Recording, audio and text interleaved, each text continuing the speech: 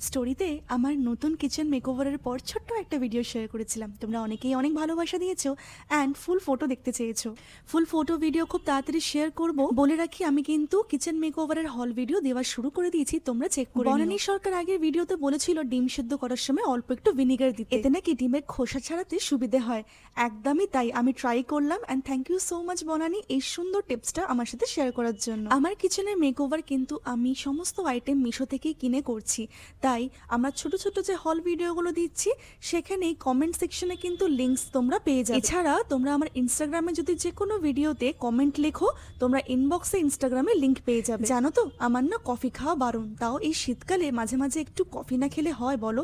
আর ওপর দিয়ে আমি এরকম চকলেট সিরাপ দিয়ে কফি খেতে খুব ভালোবাসি। সেদিন দুপুরে খুব ঠান্ডা ছিল, একটু ভাত খেতে ইচ্ছা করছিল না, তাই এরকম নুডলস সাথে নরম নরম ডিম সেদ্ধ আর একটু কফি বানিয়ে নিয়েছিলাম নিজের জন্য। আমার মতন কি তোমাদের এরকম মাঝে মাঝে হয় যে ভাত খেতে একদম ইচ্ছা করে না শীতকালে? তোমাদের সাথে গল্প করতে করতে আমার লাঞ্চ এদিকে রেডি। চলো, সবাই খুব ভালো থেকো, দেখা হবে নেক্সট ভিডিওতে।